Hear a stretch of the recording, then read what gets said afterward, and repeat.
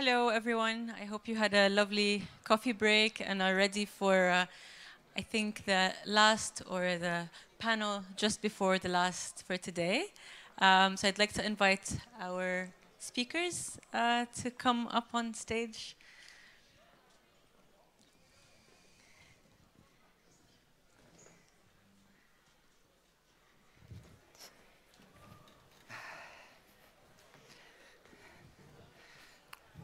What a fancy fur. What?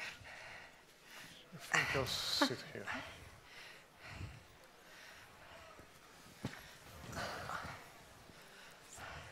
Yes.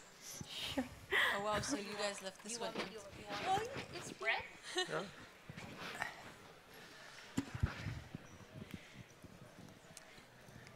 Fantastic.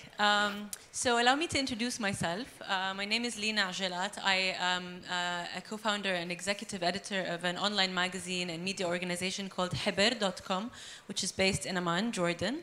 And I'm very happy to be moderating this panel, which is going to be on a topic that is very much an issue of debate and discussion in the media sphere these days, which is fake news, and our title is An Alternative Truth is Out There. So I'm very happy to introduce our panelists who will be with us today. We have Maria Ressa, who is founder and executive editor of Rappler from the Philippines, and they do investigative journalism to build communities. We also have Maria Rupa from Bangladesh, and Maria is a social media specialist, and she also works for United. She's a digital editor at United News in Bangladesh. We have Galina Timchenko. Galina runs Meduza, which is a Russian language website that is based in Riga in Latvia, and prior to that she was an editor of she was the editor-in-chief of a popular news website in Russia called, or news organization in Russia called Lenta, but then she was fired or forced to resign because they were too critical of the Russian government. We are also lucky to have with us Marcelo Rech. Okay, it's the German that I don't quite know how to pronounce. But he is the president of the World Editors Forum and the Brazilian Newspaper Association, and he's the vice president of the editorial at RBS Group in Brazil. So, so we have a very diverse and a rich panel with us today to discuss this issue of fake news, which is, as we discussed maybe earlier, it is so much a hot topic today, but for those of us in the media and for those of us who come from different parts of the world, it really is not something new. It is not a new phenomenon. And so what we want to talk about is really kind of first we want to get an overview of the situation in different parts of the world and how it's actually changed and how it's affecting events on the ground in different countries, and then what can be done about it, if anything. And when we talk about fake news, we're obviously talking about different forms of fake news. So whether it comes from authoritarian regimes or bots or those random websites are affected by algorithms or online trolls. There's just so many different forms that it's taking today. So I would like to perhaps start with Galina, who can maybe help us debunk a little bit the idea that this is a new phenomenon.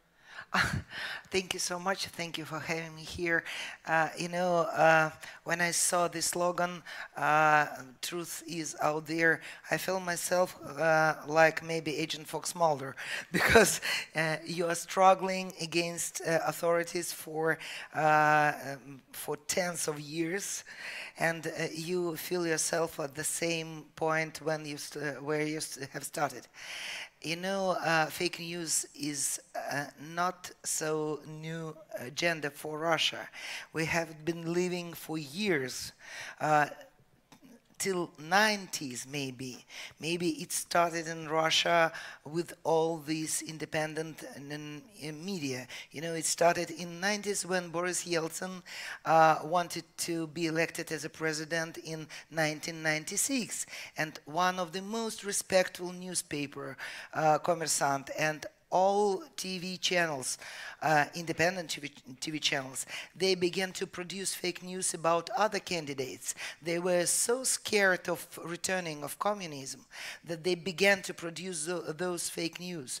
And I could remind, for example, in early Putin's years, those spreading of fake news. For example, maybe you could remember Beslan terroristic act, when Chechen boyviks they hold hostages in school, you know, and it's a strange or tricky fact, but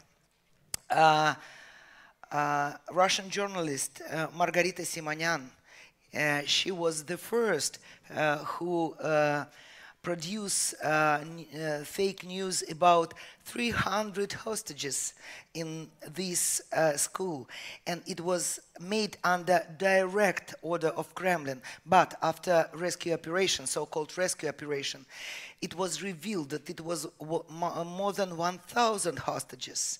And it was first when Russian independent journalist so openly produce fake news.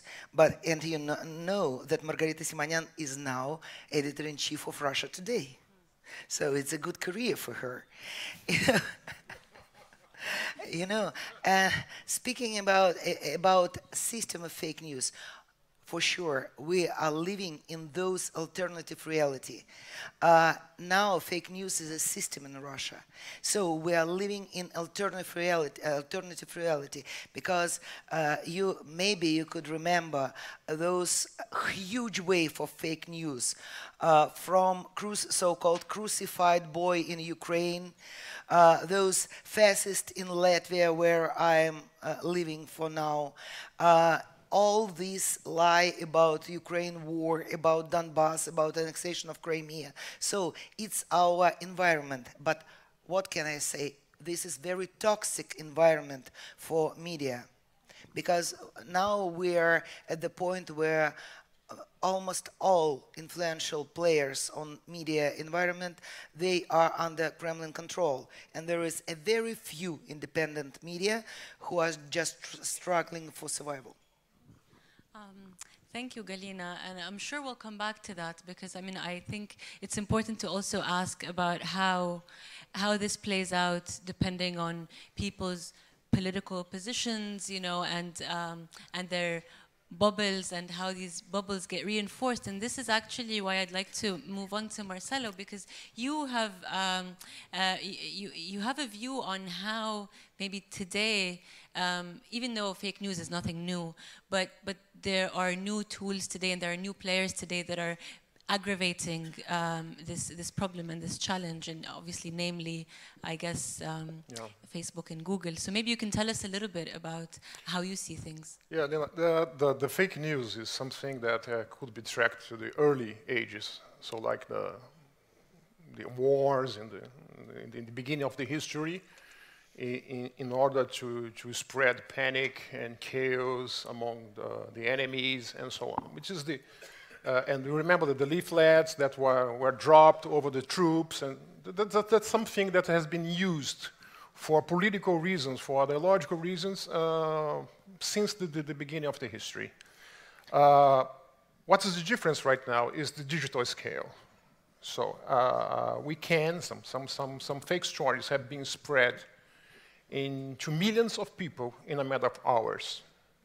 So if in the past, before the internet, before the industrialization of the fake news, it took probably days or weeks and months, and the story will be confined to a geographic restriction.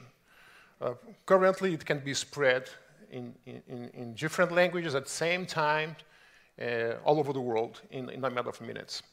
And the additional problem is that the fake story, it's usually spectacular, and the the psychological tool that not just the bots that accelerate the spread turns is more dangerous, but also the idea of sharing.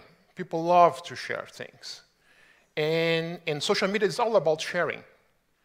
And of course, usually people don't share the debunking or the denial. So they used to share, which is more spectacular.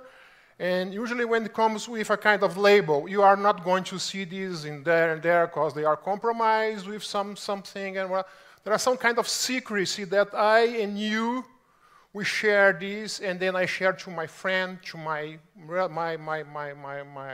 relative, my colleague, work colleague.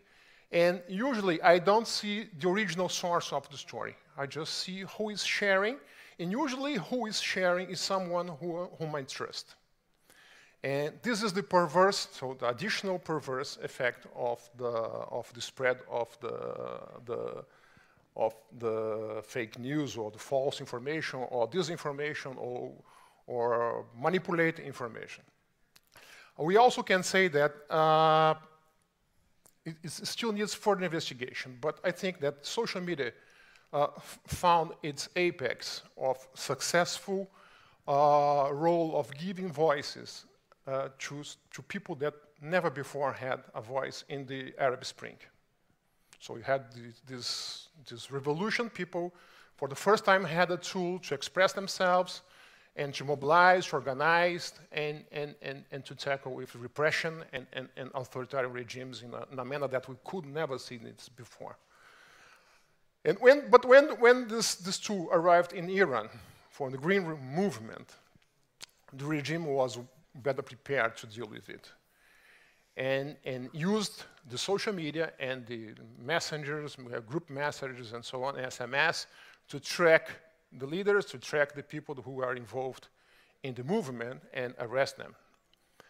And since the Arab Spring and the Green Movement in the last 6 or 7 years, we start to see the growth of the industry of manipulation by governments, by ideological, by economic, by different reasons.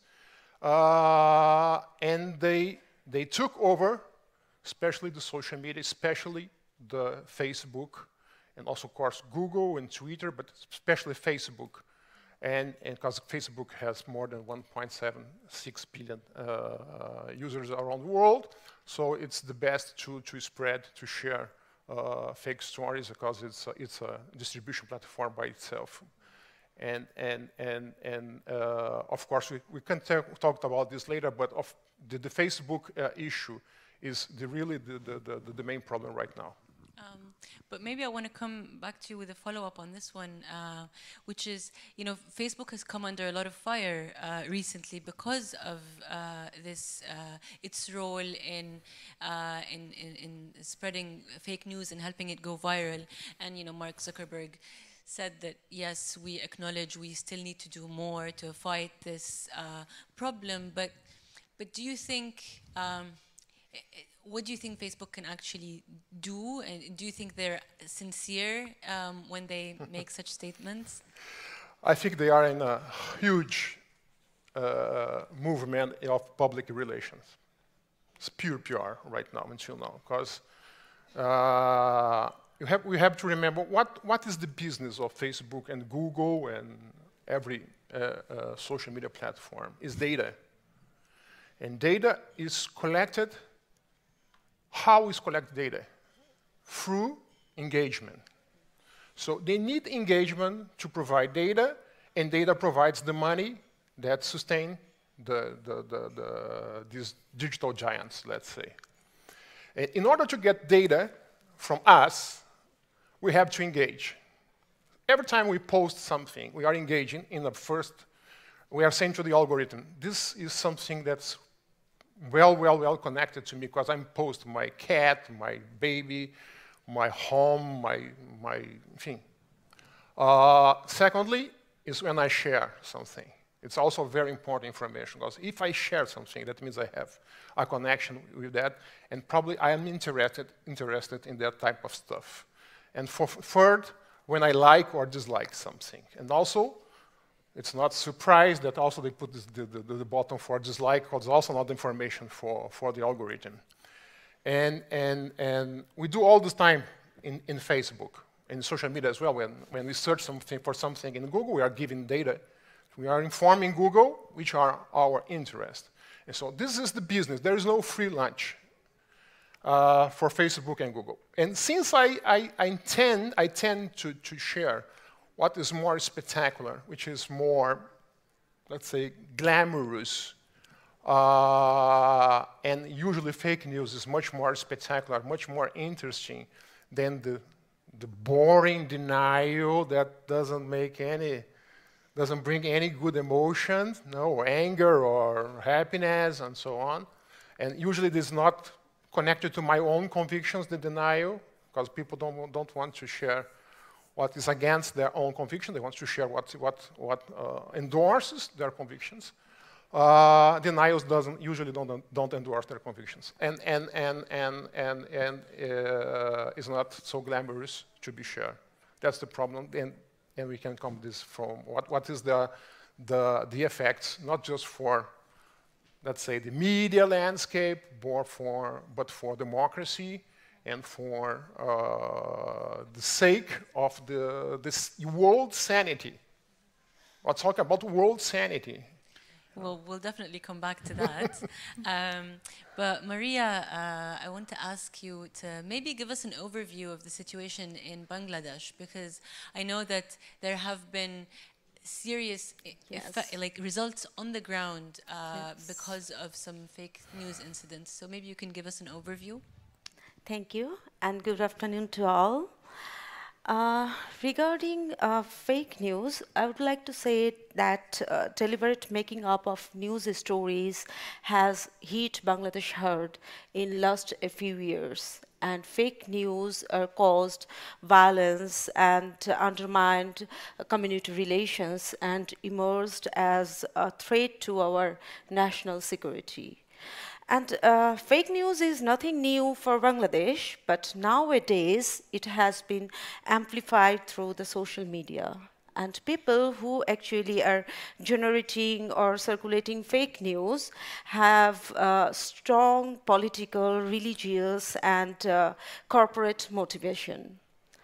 So, for example, I can say that in October last year, a number of houses and temples of Hindu community peoples were vandalized in 5 villages in central Bangladesh over a fake Facebook post. And immediately after the incident happened, the post was made, immediately after that, the mob started vandalize the houses of Hindu community people, and some local newspaper immediately picked the story, and without verifying the actual fact or the actual reason behind the incident, they just made stories and circulated over social media and online. And later, it was found that actually the account was created by using the name and photograph of a person who actually doesn't know even how to operate Facebook. And the innocent guy had to serve in jail for several days for actually doing nothing. And another good example can be the trial of war criminals. So during the trial of the top leader of Jamaat-e-Islami, a Islamist party in Bangladesh in 2012 and 13, a strong hate campaign was organized against Ganojagoron Moncho, a platform of anti-war criminals, and who raised voice against war criminals and who wanted justice. And the campaign was launched using social media, and later some newspaper, without verifying the facts, just made stories and posted it on their online versions, and they circulated it all over the country. So it created a very wrong impression of the activist among the common people of the country. And in 2013, Again, it's the issue of war crime. So, Islamist cleric who is also a convict of war crimes, and his supporters rioted over after a photo of after some newspaper just published a photo of the person and just superimposed his face on the moon, and they they want to establish that the man is innocent and it's a sign from the God that he is not a war criminal, so his face appeared on the moon. And it sounds very funny, but the riot had a very adverse impact on our society. And many people, some 6 or 5 people, lost their lives during the riot. And in 2012, a local mob vandalized dozens of Buddhist monasteries in southeast Bangladesh after a hate campaign was launched in Facebook that a Buddhist man just posted anti-Islamic photographs on his Facebook wall. And immediately after the post was made, a good number of online newspapers and local newspapers, they just made a story.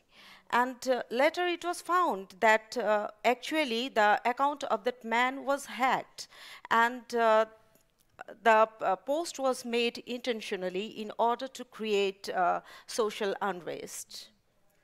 And the most serious issue in Bangladesh is the killing of the bloggers. And in Bangladesh, most of the people don't have any idea about what is blog and what do the bloggers do. So a Worsted Quarter and some newspaper cash in on and started circulating fake stories that bloggers are critical on Islam and Prophet Muhammad. That makes radical Islamists angry with the writers, and they started targeted killing. So that's how fake news is impacting Bangladesh. I mean, it sounds like a mix of, I guess, hate speech with fake news really having direct impact on the ground. And I think you also raised a very important point, which is how today traditional media and big legacy media tend to make news articles out of the buzz on social media. So whenever something goes viral, it just suddenly becomes material for reporting by legacy media, which I think maybe amplifies the effect or broadens the problem. And I'd like to move to you, Maria, because I think you have a personal experience and with the work you do in the Philippines, and I think perhaps you can also comment on how some of these trends are feeding into very right-wing, maybe extremist narratives, and how this is playing out on the ground in the Philippines. We've seen in the past 2 years. Sure. First of all, I used to, many years ago, I would go to these panels and then I would think, wow, it is so hard to be a journalist in Russia. And now I understand exactly how the credibility of Russian journalists, what it is like to fight that. Just to pick up on that is, I think the biggest change is the scale, which Marcel talked about, right? Right now, information is coming at us at such a scale that we cannot organize it anymore. And if you think as a journalist organization, our traditional role as gatekeepers, we've lost it. Rappler is a 5-year-old. We started this 5 years ago. We thought, let's see the power of social media. So social media propelled Rappler to be the top online only news site in the Philippines. But at the same time, in 2016, the algorithm that actually prioritizes something like the New York Times at the same level as Trump for president has also led to Filipinos not quite knowing exactly what is real and what isn't real. And it isn't fake news that is the problem itself, something that you could say, the sky is yellow and you know that that's not really true. It's actually the hyper-partisan kinds of in-between sites, people who are trying to push you, like Russia, to believe something that sounds credible, and then the flip side of that is to not believe traditional news groups who are bound by a set of standards and ethics. Slowly, you couple that with regular attacks against the journalists themselves, and whether it is online, whether it's intimidation only, or does it move into the physical world. So far, knock on, there's no wood, but the Philippines has had problems with journalists being killed, but so far the attacks have been to silence journalists online. So my experience out of that is Rappler, again, was only born online. We grew fast, and during the elections last year, our elections were May 2016. It was the first social media elections that elected Mayor Rudy Duterte. He was then mayor of Davao City. He took office on June 30th, so it will be a year but on June 30th.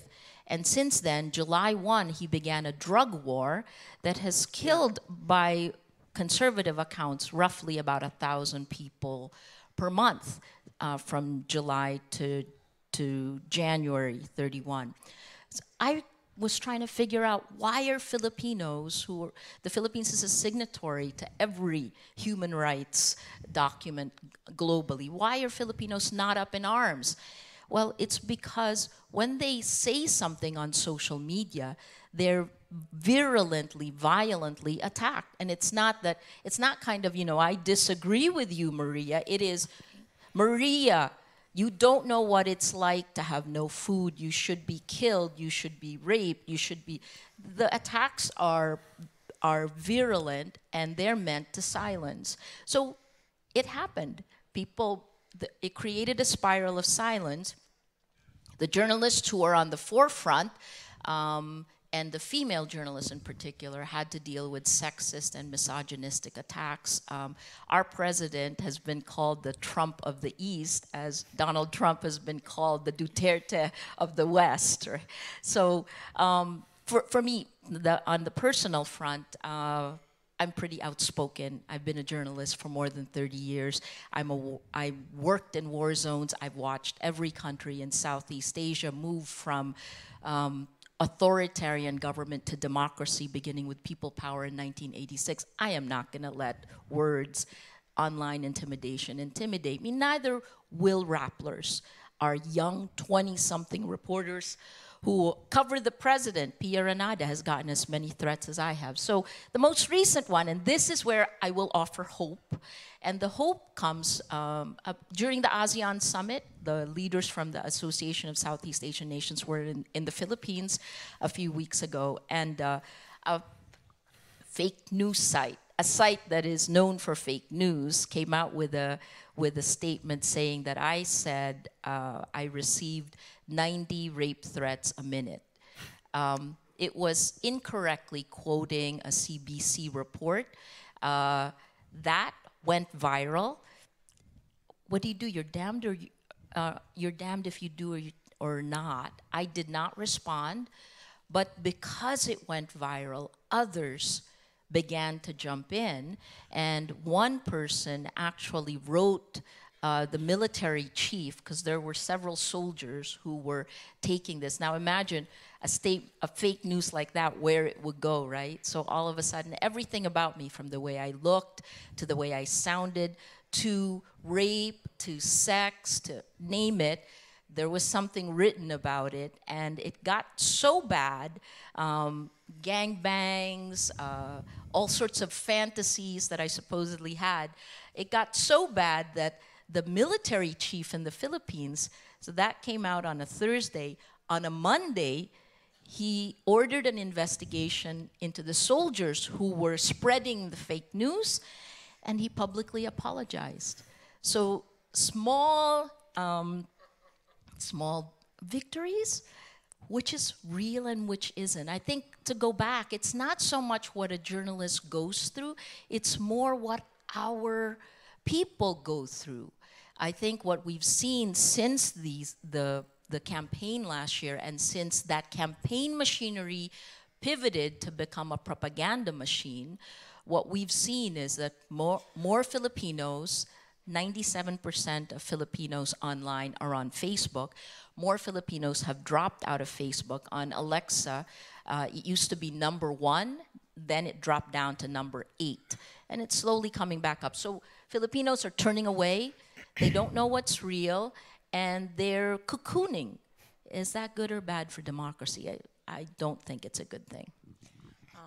Thank you, Maria. I think this is very interesting what you bring up, because there was recently a study published by BuzzFeed, I think in collaboration with Ipsos, where they said that the majority of people that they surveyed around 20,000 people, the majority of them get their news from Facebook, but then the majority of them do not believe or think that the news they get from Facebook is fake.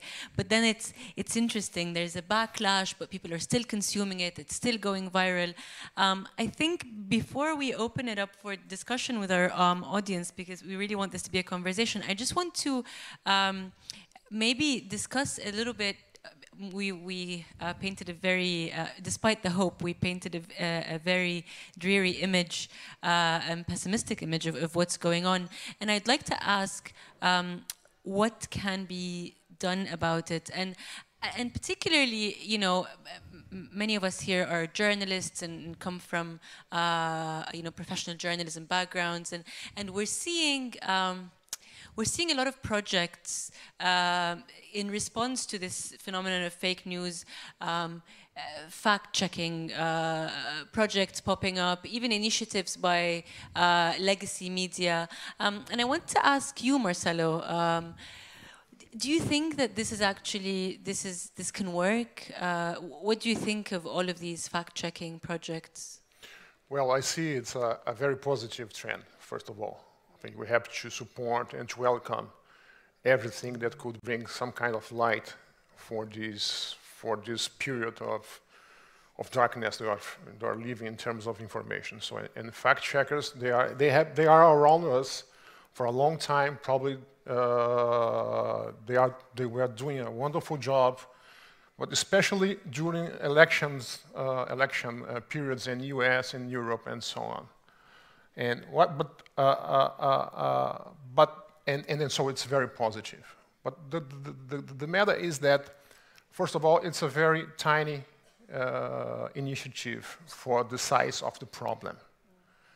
I was reading another day in the Poynting Institute, a very good article, say that another thing that by the time the fact checkers arrive to the scene of crime, maybe it's too late.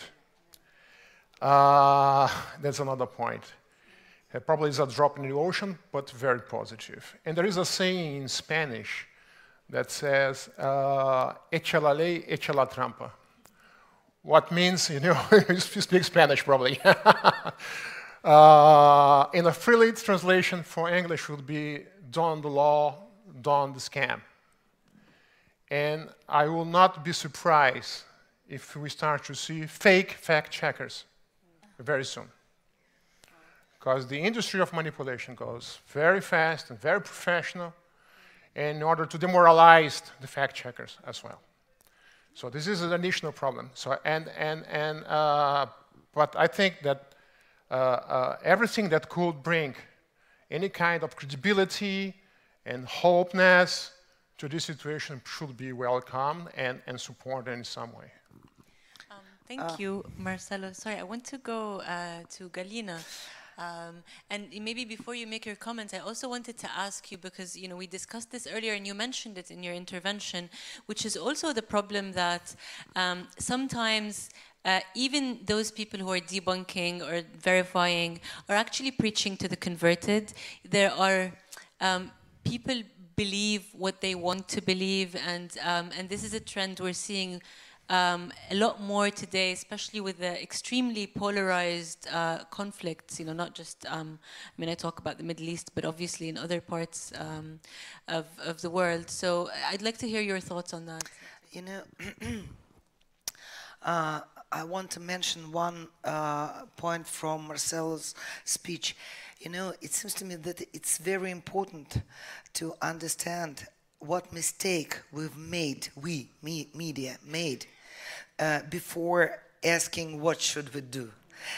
And the main mistake is that media still trying to look like guru or prophets for their readers, for their audience.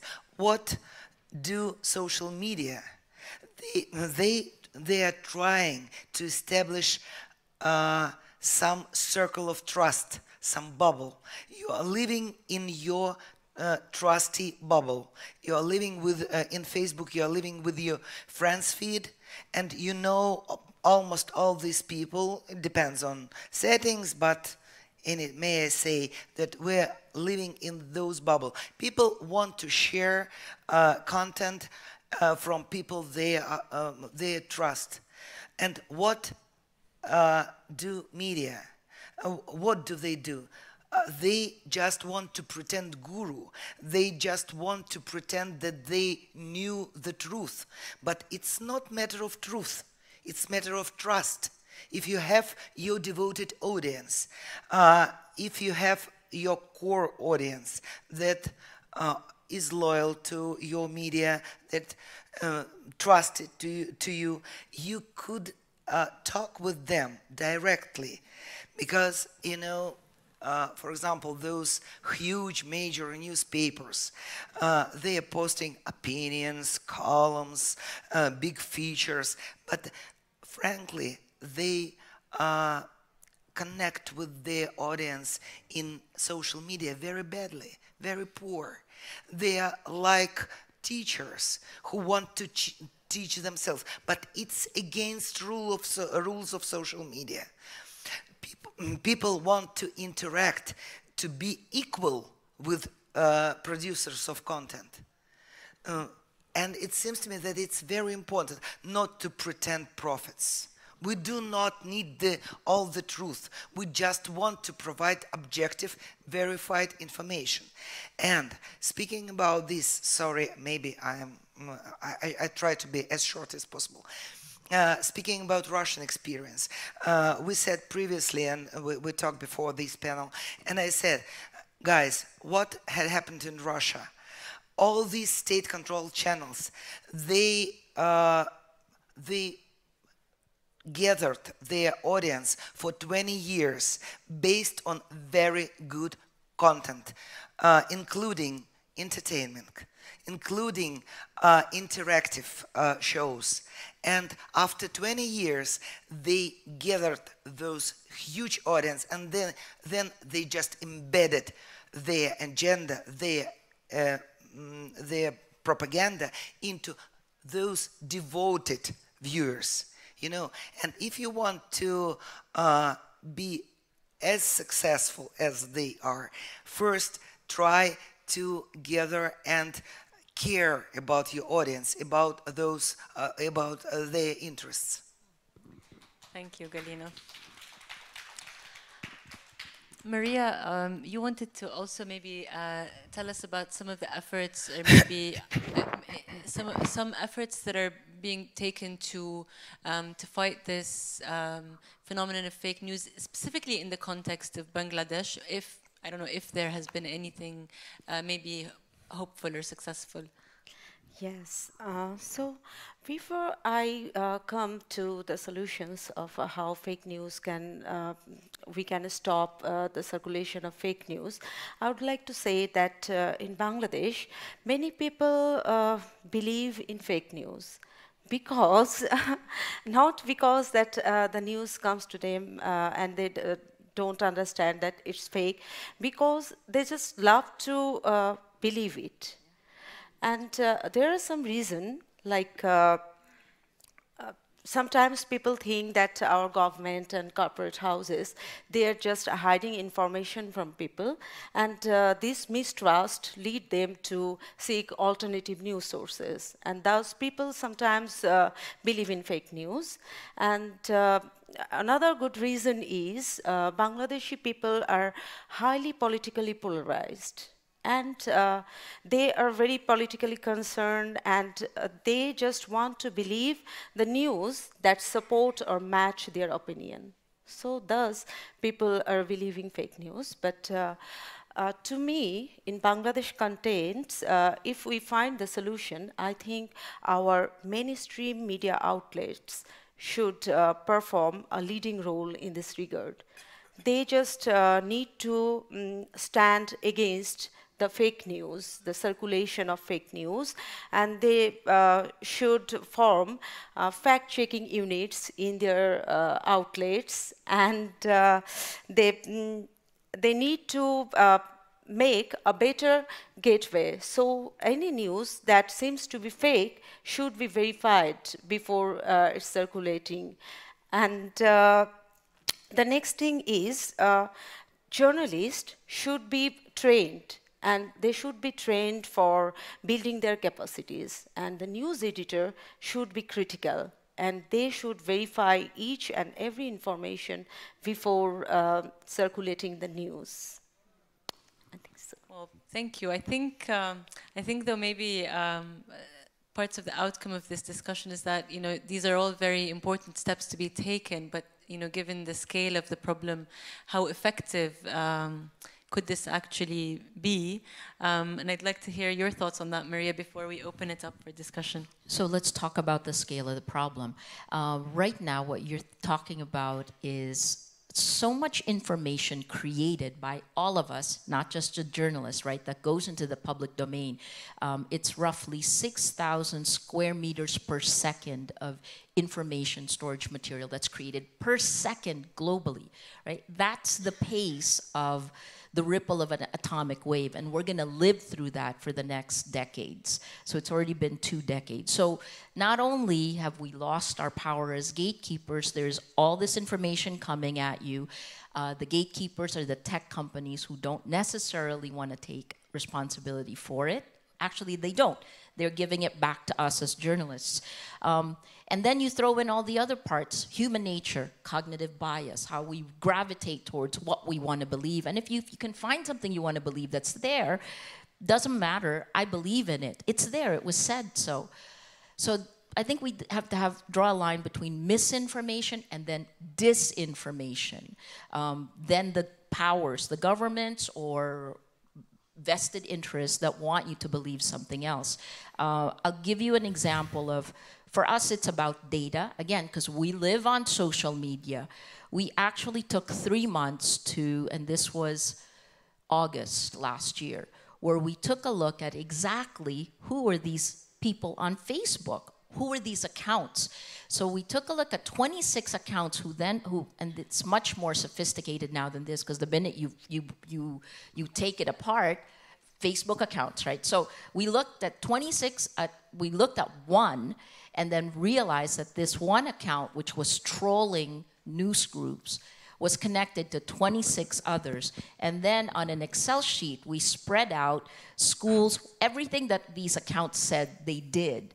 And we proved that every single thing, the school, the jobs, where they were from, all of these were fake. So it was a sock puppet network of 26 fake accounts. How far did they reach? Who were they connected to? Where were they posting? They were posting in the campaign pages of then Mayor Duterte and a vice presidential candidate, then Senator Bongbong Marcos, the son of former President Ferdinand Marcos. Here's the reach. So remember the number, 26 fake accounts. The reach is 3 million others, right? So how far can disinformation go if from that 26 fake accounts, you can ripple across to 3 million others? Now multiply that by roughly, from the data that we've gathered, we know that there's, as of October last year, about 50,000 accounts that are part of this network. How much can a person take and not doubt reality?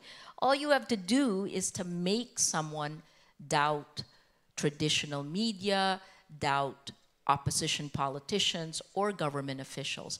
The minute you do that, you've won. Because if you have the loudest voice in an era of doubt, then you have a pulpit.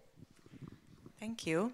I think I would just want to maybe add to that something as more of a question, really, which is that even though we're talking about how fake news goes viral, and we think maybe it's a problem that a lot of people believe it, but what I sometimes feel is that we also have an opposite problem, whereby even news that is real and things that are documented and things that are photographed, if they go viral, then it immediately kind of triggers this instinct of doubt amongst readers. And it seems as though people, you know, they consume this content and they share it, and maybe it affects things on the ground. But at the same time, they know that if it has gone viral, oh, it must be photoshopped, it must be fake. And I mean, and we see this a lot in the context of the, what's happening in Syria. You know, it seems as if so much documentation is having a kind of the opposite effect, where people just don't want to believe anything. They don't want to believe the images, they don't want to believe the videos. And I think that it's an interesting kind of contradictory situation wherein with fake news and real news. And maybe we can come back to that, but I'd like to see if, yeah, we have some people in the audience who'd like to share comments. Is there somebody on the ground passing a mic? Yes. Sorry.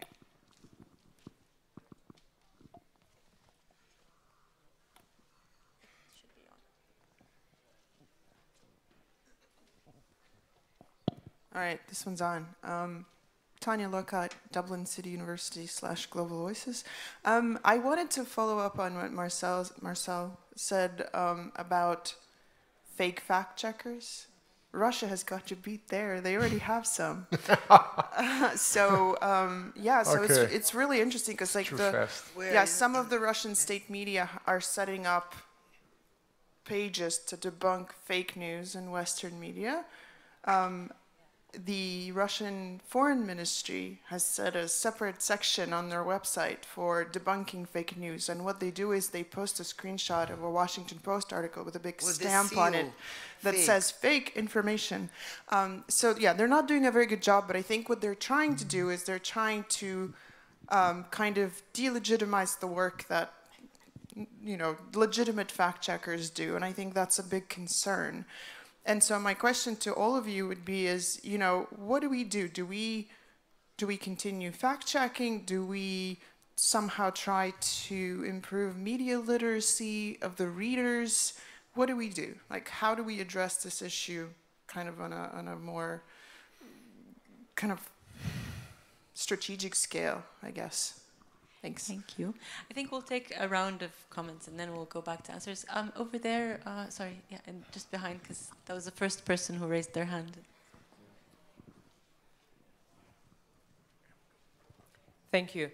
My name is Maria. I was really waiting for this session. I'm in the media. That's basically my core competence. But I would like to challenge the panel. I think that there is a difference between fake news and between different perspectives. And there was, I think Galina said something that really hit a knot about not always being a prophet, not always being right about the news that you say. And I would like to talk about the weapons of mass destruction and what the Western media has been pushing to the rest of the world, led by CNN. And today, I would have said that's fake news. So I would like us to sort of take a step back and say that when we say Russia is pushing fake news, what we're really saying is Russia is stepping up to the game which the West has been good at for quite a while. And for those of us in the third world, in Africa and in Asia, we have seen things happen in our country that has been pushed as a fake news to us, which is a reality on the ground, and we see that it's fake. But when you turn on the Western media, they're spinning it into their own interest. So now, the question that I have, if we talk about fake news, let's look at it from an international perspective, not only from a local perspective. And I appreciate so much about, you know, Philippines and Bangladesh, because that is what I really can resonate with. But I'm talking about events that happen on a global scale. And we want to categorize and we want to fact check, because that fact checking is happening from a perspective. And I'm in the media and I understand that very well. So I would like to challenge really this panel to sort of give it a more global perspective and not to be so righteous about what is fake and what is real news.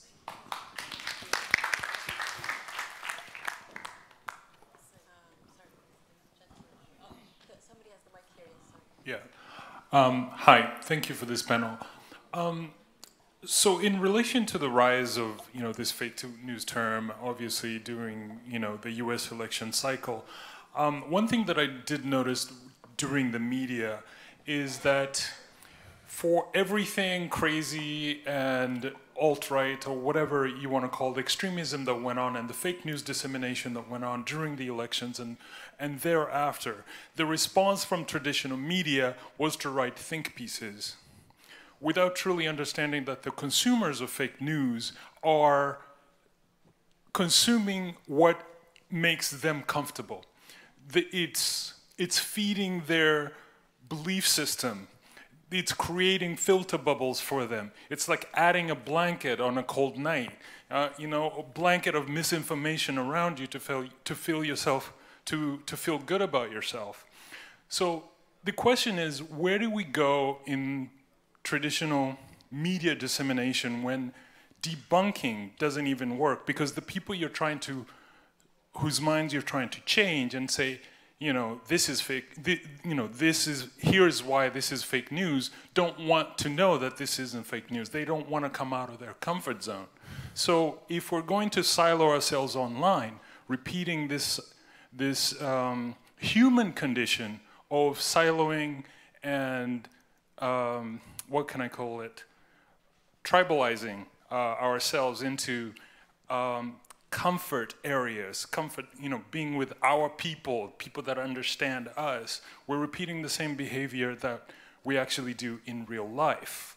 So what is the future? I would like to, to ask you guys as prognosticators what is the future of news, whether it's online or offline? I think that barrier has already been broken. So what is the future of news if we're having, in 2017, this conversation of fake news and what is not fake news? We're intelligent people. The internet is supposed to make us smarter, but it's making us dumber. Because somebody Walid just tweeted me a cat pic. So, what's entertaining and what's real and where are we going? Thank you. I see a lot of hands. This is exciting. I think, the gentleman over here. So we can just move to this side of the room and then go back to the right. Oh.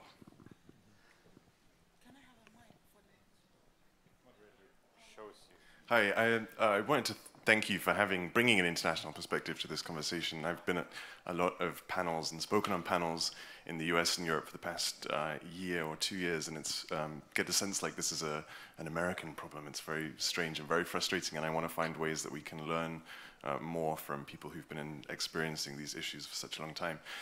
One of the questions that that I've been asked a lot is around the role of the platforms and what positive role can they play, and I'm curious to hear your perspective on is there a positive role that platforms can play, or should platforms get out of the way? Are there things that they aren't doing they should be doing? Yeah, curious for your thoughts. Thank you. Sorry, over here.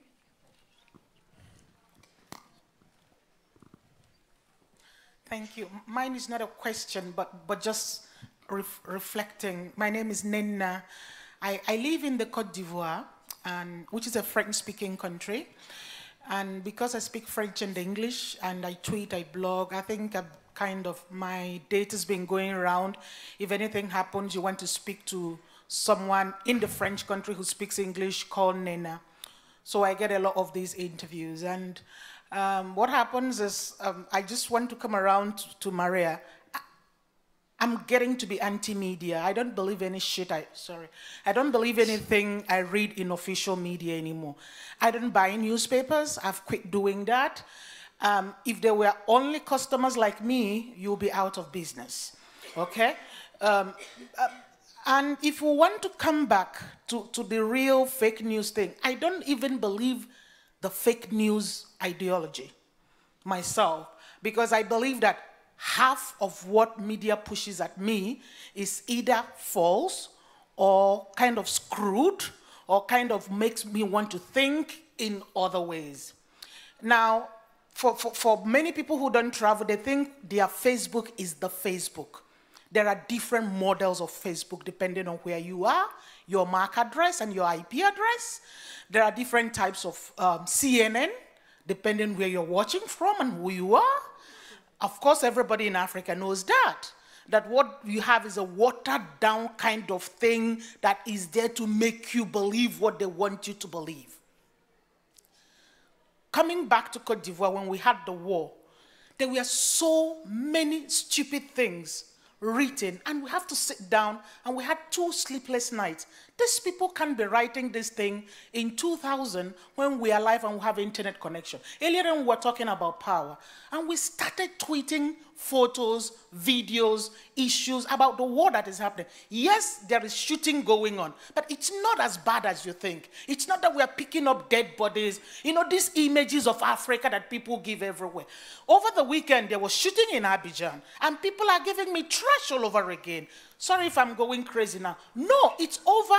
Work is back. I'm on my bank channel. Things are working okay. Don't give me the impression that, oh, people are running away from Abidjan over again. As if that is the dialogue, that is the rhetoric that we want to give. So, no, I don't believe any fake news thing happening. Trump didn't create it. He's not going to create it. It has always been there. But the last thing is, I trust social media more than the old media, because at least this one I can check what my friends are saying about it. I can actually cross-check who is safe, who is there. I can pick up my phone and say, how is it going there? So I actually feel that social media is closer to me, and that is why when I wake up, I don't put on the TV, I don't go on radio, I go on social media. So, and I'm resolute on raising more digital citizens like myself. So your job is at risk, just so you know. Thank you. Not at all. I'm just going to check with the panelists. I think maybe we can just take a round of comments from the panel, and then go back to more questions. I don't know what we were thinking when there was a suggestion to shorten this session to 1 hour instead of an hour and a half. But I'm happy we have an hour and a half, so we still have time to continue the discussion. I want to come back to the panelists because we have some very important remarks from the floor, and I think maybe we'll just take a round and start. I see Galina restless and wanting to say something. You know, I want to answer in a very practical way. So, speaking about what can we do. At first, speaking about what are we, Meduza, doing. At first, we marked every news on our website, applications, Telegram channels, emails, with a special mark, verified source of information, questionable or unverified. And we wrote it directly. Guys, we do not know whether it's truth or not. This is not verified, but we could not keep silent about such discussion in Facebook, for example. So we have 3 special marks for all news: verified, questionable, and non-verified information. Second, speaking about I believe social media, I do not believe traditional media. Guys, use social media as a source. For example, we have very young and very smart audience. 70% of our audience are under 35. So when something happened deeply in Russia, we said, guys, please send us your videos, send us your footages. We made features with, for sure, with fact-checking, with connection with those sources, through our own social media, through their friends, and we made special pieces based totally on social media footages of friends of Meduza. And second, speaking about engagement and speaking about you said about smart or silly consumption of news. Speaking about all this news, we do, for example, news gaming, because young people, they think that too serious, to be so serious is so oldie, so old-fashioned. So we made special engagement games based on the real news. I do not want to speak about Putin because everything is about Putin. Not at all. Russia is much more bigger than Putin. Speaking about, for example, corruption. Corruption is, frankly, is a very boring topic, and nobody wants to know for sure how much billions did they steal. Yep. Keep it short. Yes, Yeah. and we made special game. For example, it's photo of our officials with rich jewelry. Every user want to use slider to guess how much does it cost, and how much did you mistake. You think that it's 1,000 and it's million euros. Those anti-corruption committee, head of anti-corruption committee with her earrings. So you have to engage your audience. You have to speak with them like a friend. Thank you. I want Sorry. to. No, I'm a little bit. I think we need. I think it's important for us to comment on the remark about fact-checking. That is coming from a particular perspective, and this is something we touched upon when we said, it's so much of this is actually different points of view and what people believe, and so what happens when, especially I think today, when a lot of fact-checking projects are coming from media organizations that are very clearly positioned, like if we take the US as an example, the liberal elitist East Coast media, doing the fact-checking, and maybe some of our discourse also when we talk about smart or dumb or there's something a little bit condescending when I think we in the media start to talk about telling people, what they should or should not believe. So maybe I think I'd like our panelists to comment on that, and I don't know who would like to. I can comment this. Okay. Well, there are lots of sides in your questions and commentaries, but one thing that we have to maybe is part of our media literacy. Is that there is no such thing like impartially, that always any people or journalistic endeavor is impartial or neutral all the time. Probably if we ask any member of this audience to write about our panel, 20 lines, probably we would agree just in one line. One panel happened yesterday. Between 4 and 5:30 maybe in Stockholm. Probably this is the only real or byline that we could agree. The rest will be, Galina said some very interesting things, Marcelo said dumb things, I love what Maria Ressa has said, I was astonished by, everyone, depending on its own perspective, will highlight one part of this story, but all the stories are real. They are not fake because they have different perspectives. Yes. All stories are real, okay? And we have to respect the different perspectives of a story. This is part of the freedom of expression. Freedom of expression is not support or like the same expression as mine.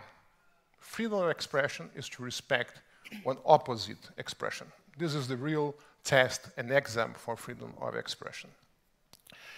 Another thing, I think that we are living what I can define as a great divide. What is the great divide? So it's either you are with me or you are against me. I was talking with my friend Larry Kilman, he's probably here in the audience, comparing the situation, make an analogy with, it looks like the world has been divided between vegetarians and carnivores. Yeah. Yeah. And you can only be one or the And the vegetarians, they just get stuff about fruits and vegetables, and the carnivores how to prepare a beef or steak or so on. And every time they engaged and get more information about that, they get more information and more likes and commentaries about vegetarians or carnivores. It will be okay if they don't want to kill themselves. Or each other, sorry. To impose their wish to the other groups. This is the great divide. So the moderate voices or the moderation between the two groups is disappearing. Bless you. And this is part of the radicalization that we are seeing right now, the extremism from the left, but mainly from the right. Because since we live in the bubbles, and we live in the bubbles, in the echo chambers, which is another toxic effect of the social media, is the echo chambers that radicalize the opinions. We don't see what's happening in the other side of the street. And the public opinion is not our friends. The public opinion is something much more complex. Probably it's something that we are not seeing or hearing or listening or watching. And if we see the whole public opinion or try to understand and to interpret this, probably many of us will be surprised, which is, and sometimes terrified. Thank you. Thinking Fast, Thinking Slow. You know the book by Daniel Kahneman. We live in a thinking fast world now, and I think this is what technology brought in. All of the things that Marcel mentioned are the same, but let me pick up, because there were so many great questions there. Nena, I have heard people say exactly what you've said from like all of the conflicts in Southeast Asia. When the riots happened in Jakarta in 1998, Indonesians were telling me, Maria, why is CNN only doing the riots in Jakarta?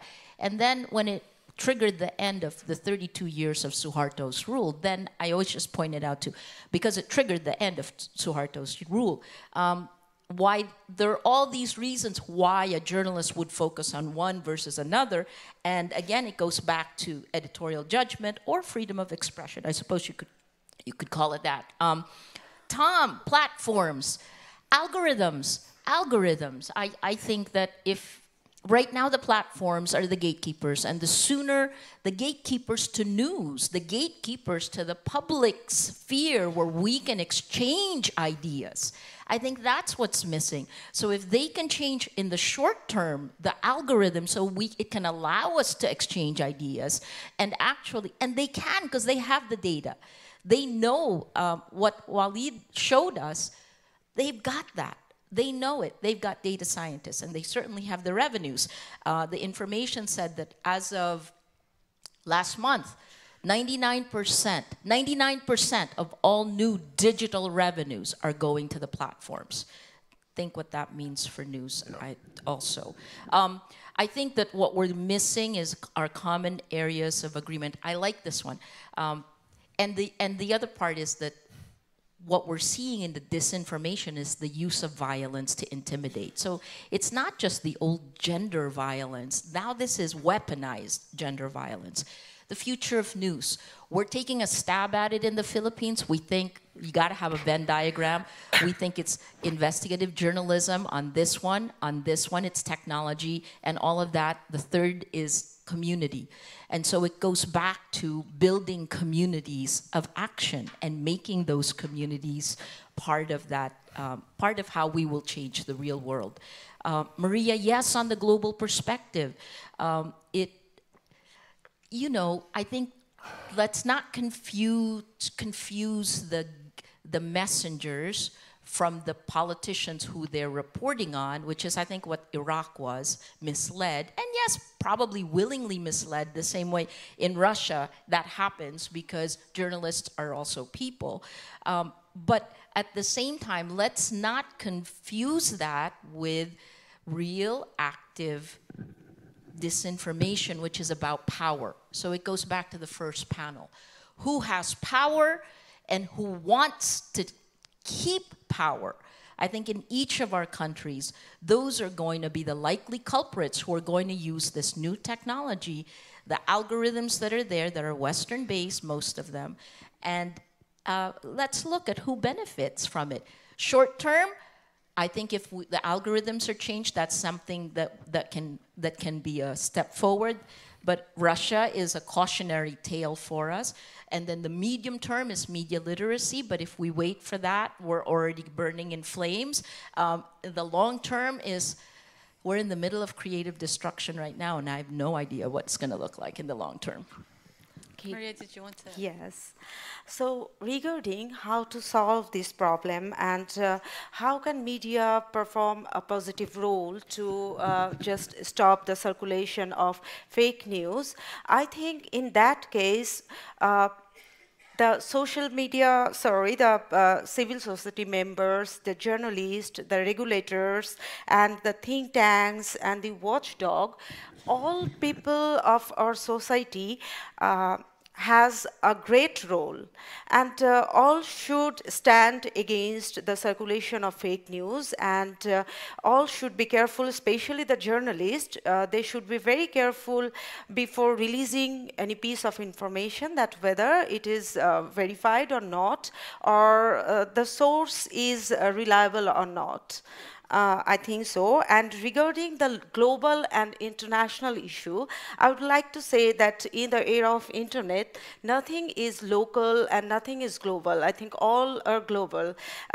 For example, the war crimes trial issue in Bangladesh is a local issue, but it has a very effective impact in international community, and global leaders and many friend countries who were sympathized with the party Jamaat-e-Islami, they mounted pressure on our government to stop the trial. So I think so. And regarding believing on Facebook stories, I would like to say that sometimes people just share Facebook stories because their friend shared it, without verifying the facts.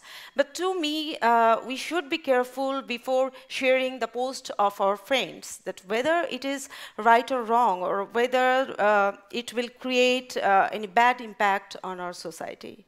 Thank you. Thank you. I want to go back to our audience. There were a lot of hands before we went back to the panel. So I think maybe if we go to the middle here, I don't know where the microphone is. I already have the mic. Oh, so sorry. Okay, yeah. No, it's okay. I can't see you, but yeah. Okay, Yeah. sorry. So my name is Beatriz. I'm a journalist from Brazil. I work for a civil society association called Intervozes. We work with communication rights in general, but we do a lot of media monitoring. I would like to come back to the idea of the fact checks by the platforms. I think it's pretty dangerous. This is completely different from what I think that Marcelo mentioned before. The initiatives of fact-checking that we had, for example, last year during the elections in Brazil, that's quite positive, but it's different from what Google and Facebook are doing now, and I think it's pretty dangerous to transfer the power of to say what is true and what is not true, that is historically belongs to this traditional media, to the new gatekeepers from the internet. And on the other hand, in some countries, like mine, like in Brazil, some part of the traditional media are taking advantage of the debate on fake news to reinforce the idea that the monopoly of the truth belongs to the traditional media. And I think this is pretty dangerous as well. And here I completely agree with my colleague from in the media. This is a question that we have to put in this debate. Of course, as journalists, I'm worried about fake news, but I think that fake news is too easy if we define fake news in this way that some traditional media or the platforms are defining them. So at the end, besides all of this problem, I think that there is a dispute, there is a battle for the monopoly of the public opinion. And I think that this is something that we have to look at, and I would like to hear your reactions on this point. Thank you very much. Thank you. I think, sorry, yeah, there's that. There's somebody, sorry, there's somebody here in the middle, if we, oh, can, okay. I think I'm too far to be able to. He gave the microphone to me, so I'm going to make the next intervention. It was a really fascinating discussion, thank you very much. One thing it has sort of partly come through, but I get the sense that somehow we're blaming the internet users for the echo chambers and for silos. And of course, I think Maria might have covered this. We don't choose to be in these silos. These are very heavily curated silos based on the profiling and algorithms which are totally unknown to us. And, you know, social experiments going back decades have shown that when people are grouped together with people who agree with them, they become more extreme, more intolerant, more strident in their views. And that we seem to have a sort of, you know, one of you called it a very toxic mix. So you get the combination of weaponized disinformation plus communities who don't know that they've all been pre-selected to agree with each other. And it's no wonder that there's nothing crossing the divide into other sections that may not have the same views. So I just wanted to highlight that. And whoever you intended to call on next, I'll give the microphone I'm sorry, to. I didn't mean to say that. Okay, well, there's the gentleman next to you who's... Hello, I'm Tonyo from Manila. I'm an activist and a blogger. I just want to backtrack to the time before the internet. People already have problems with the media before the internet regarding coverage, bias, ownership, and the internet didn't solve that. I think it's an underlying issue, especially, for example, in the Philippines. Even before the entry of trolls and fake news sites, people are very critical of what the media in the Philippines actually cover. They're anti-union, anti-poor people, anti-people from the provinces, and things came to a head last year. I think my point is it's quite too simplistic to bunch all these fake news troll problems from across so many countries as one big single mess. We have our own, we lose some context as to why people are acting this way towards the media. Thank you. Thank you. Can we go back to the middle, maybe, just because I... Oh, over there, sorry. Yeah. Like in the middle, in the back, right in front of me. I mean, we'll take as many comments and questions as we can. We have 15 minutes left, and I want to... I think the panelists have had a lot of time, so maybe we'll give them just like a minute or two to make some closing remarks, but I'd love to hear from our audience, please. Thank you. Hi, Frane Marojevic from the Organization for Security and Cooperation in Europe, Freedom of the Media. Just want to make you aware that this issue has been studied also this year very carefully by 4 freedom of expression rapporteurs from the UN, David Kay, but also from the OSCE and Organization of American States and African People Human Rights Commission, and they issued a joint declaration on how to combat fake news and propaganda, outlining many of the issues that have been pointed out here and discussed. And I think it's very important to ensure that in this fight against fake news, we don't, let's say, lose the bigger picture, which is our freedom of expression, and we don't damage our fundamental human rights, because what we do see in many countries is legalization of or making fake news illegal, or some states using the concept of fake news to ban and prohibit controversial or speech that they don't particularly agree with. Thank you for that point. Can we move here if possible? Sorry. Hi, just while you're passing the mic, I'm Linda, and I'm an independent from the US. And my question is, I haven't really heard us talk about the financial models that kind of fuel fake news, at least in the US. A lot of it is just based on ad revenue and what gets clicks, and it seems to be really pushing. I know there are lots of other motivations for fake news on the international scene and all of that, but I'm just curious that the different causes, and I know that the ad revenue model is definitely one. Hello everyone, my name is Fadzai from Zimbabwe. I'm a constitutional lawyer. Now my question to the panel and to the group is that the suggestion from what you say so far is that traditional media always fact checks and verifies, and social media news is often the source of fake news.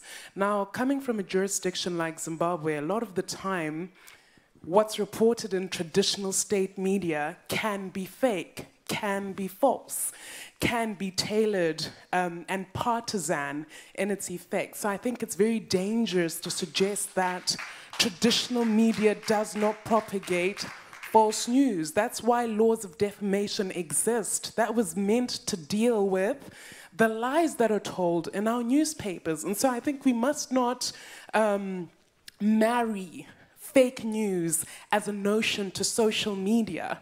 It exists even within the traditional media framework. And I think the more we suggest that social media is the vehicle or medium through which fake news moves, we sort of excuse authoritarian governments that have got the machinery of traditional media, whether it's television, radio, newspapers, and, you know, absolve them of their responsibility when they tell lies, because oftentimes they do tell lies, very damaging and dangerous ones. So we must be quick to pinpoint this and not allow our prejudices and our biases to get in the way. Thank you.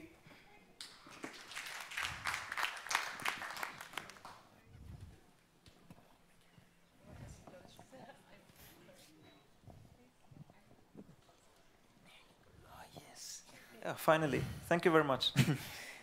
My name is Anas. I'm representing Wikimedia Morocco, and I have two questions actually.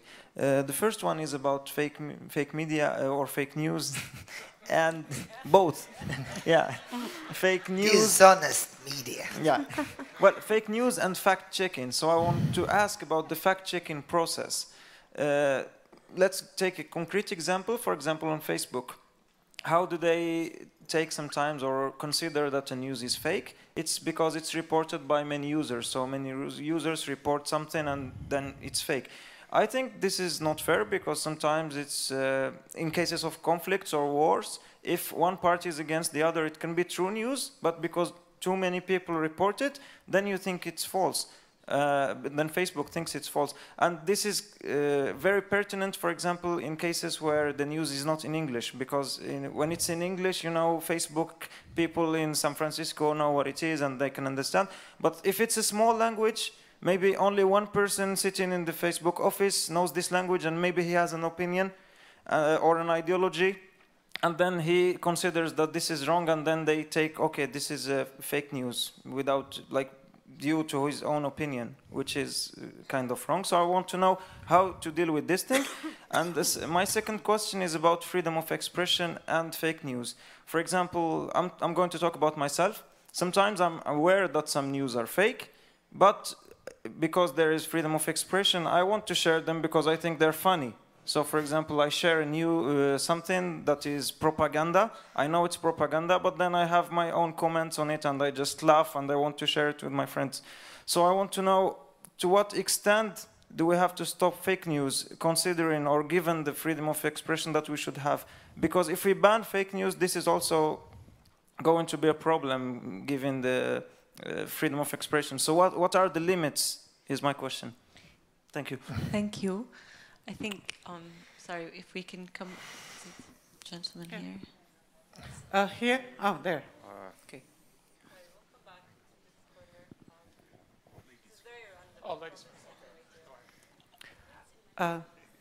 Well, I'm Marta Roldós from Fundación Mil Hojas, Ecuador, and I direct an investigative journalism website. And mine and other investigative journalism websites were labeled as fake news by the president. And all our news are thoroughly investigated. We have links to all the documentation. But, on the other hand, the Minister of Higher Education in our country told the country that Tesla was going to invest $3 billion in a little university that they have recently founded called Yachai, which is false, and Tesla denied. And the government never debunked it. And even the president repeated, oh, we are so cool, Tesla is going to invest here. So public media, newspapers, public television, and the government produced fake news. But they label us, the people who investigated thoroughly in our best capacity. We can sometimes maybe we are wrong, but we investigated truly and we put all the documents up there, all the links to all the documents that we are citing is there in our website in order to people to check what are we affirming, what are we saying. But we were labeled fake news, so it's a matter of power. Because I would like to address the problem of propaganda. What about propaganda? What about propaganda and authoritarian regimes that have these versions of the reality, of the truth, and use the label fake news just to attack the people who can prove them wrong? Thank you. I think we have time for one last question, and the microphone's already here, I think. Yes. Very quickly, I've been raising my hand forever. My name is Grace Githaiga from the Kenya ICT Action Network, KICTANET. Two things. One, the issue of traditional media churning out fake news.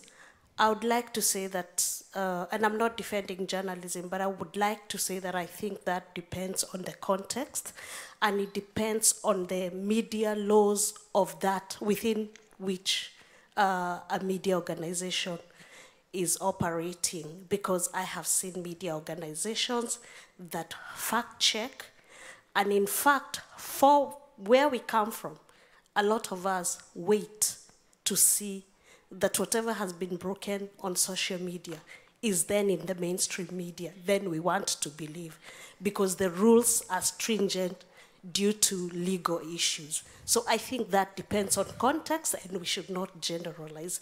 Secondly, a few minutes ago, I think this issue of fake news was trending, and I think we are discussing it at a very valid time.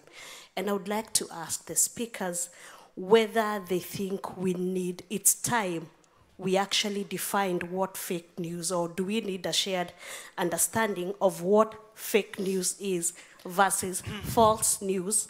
Because you remember during the Trump, when this thing of alternative facts came up, the lady tried to explain what is the difference between fake news and false news, and really there was no difference. Thank you.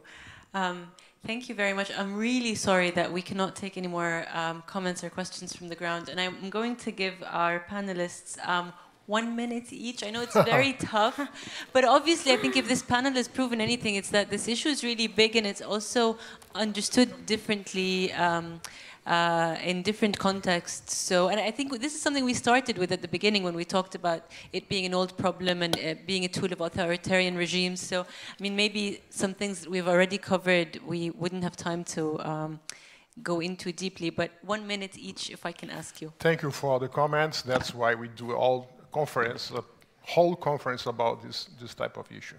So if I can summarize my thinking is that we are in a war for reputation. At the end, this is the game for reputation. And whom we can trust? Whom should we trust? Of course, we see people saying, I read this in Facebook, and considering this a source, although they have no idea which is behind this label, Facebook or Google, whatever. And I don't think that the monopoly of trust should be just by journalists. Of course, there are many different organizations and outlets. Here there are many. CPJ, Committee to Protect Journalists, a very trustable source. So a very good organization is present here for killings and violence against journalists, and many others, many others. UNESCO is a very good source also for lots of things.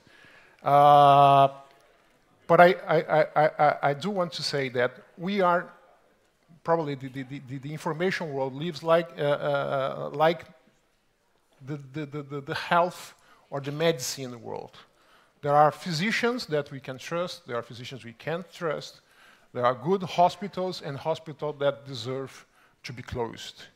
And this is a matter of reputation. The same is happening in the information world. So, and it's up to you to trust or not trust. Is our job to be as trustable as possible, to do our best efforts.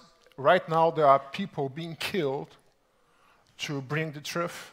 I'm getting sick, I have to say, after almost 2 years as president of the World Editors Forums, to make protest notes, letters to Bangladesh, the killings of bloggers.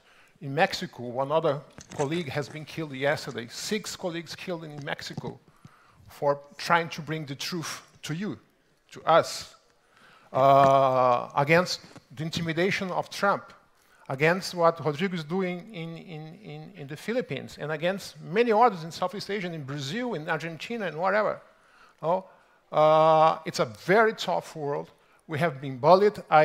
I'm sorry to say that, but not everybody is so strong as Maria Ressa. Many journalists have been faced defamation and bullied all the time. But I think that this effort, we cannot throw the towel. We are going to stay in this path, trying to bring the truth as much as possible, as is our duty as journalists. Thank you, Marcelo. I'm going to actually have to be tougher with you guys. Galina, closing remarks. You know, 1 minute.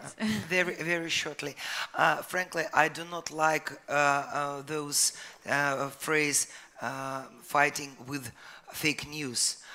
Let's fight with the wall, or let's fight with the table, or let's fight with something. Do they grow in the garden? Those fake news, they are produced by certain people or organization with certain purposes. So let's think about those masterminds. Yeah, no, and I'm far away of blaming tools. I consider Facebook, social media, as a tool of broadcasting.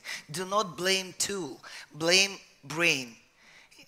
Who is producing such users, but we can use those tools for good. Thank you. So it's very difficult for common people to understand what is fake and what is not. In that case, media should play an important role, and media should not impose their ideas upon people. They should cover all the angles of a certain news and present it in front of the audience so that people can make their own judgment. And in this case, government of the country, any country, has a bigger role to play. I think government should make public all investigation reports so that people can get idea about a certain incident, that actually what happened, and they can find out what is true or not. That's it. Thank you all, and I would like to thank the organizer to invite us here. Thank you. Good afternoon. Thank you.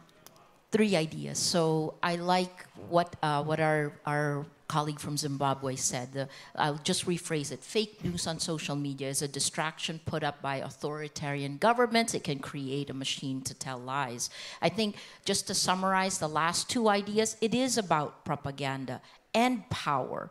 That's what it is. It's always been that way, right? But the question we have now, what's changed in 2016 is, do you want machines to sort that out, machines which clump humans into echo chambers, or do we want the traditional editorial news heads, that means you can hold it accountable to do that. That's the battle now between it. And in terms of nuance versus big picture, if you stay in the nuance of every country, we'll never see the big pattern trends. If we only see the trends, then we lose the uniqueness of each country. I second Marcelo's points. Thank you very much to our panelists. Thank you very much to everybody in the audience for very, very rich remarks. I also want to thank Foyo Media Institute for putting together this group and for giving me the chance to moderate this conversation. Thank you, and well, enjoy the break. Thank you very much.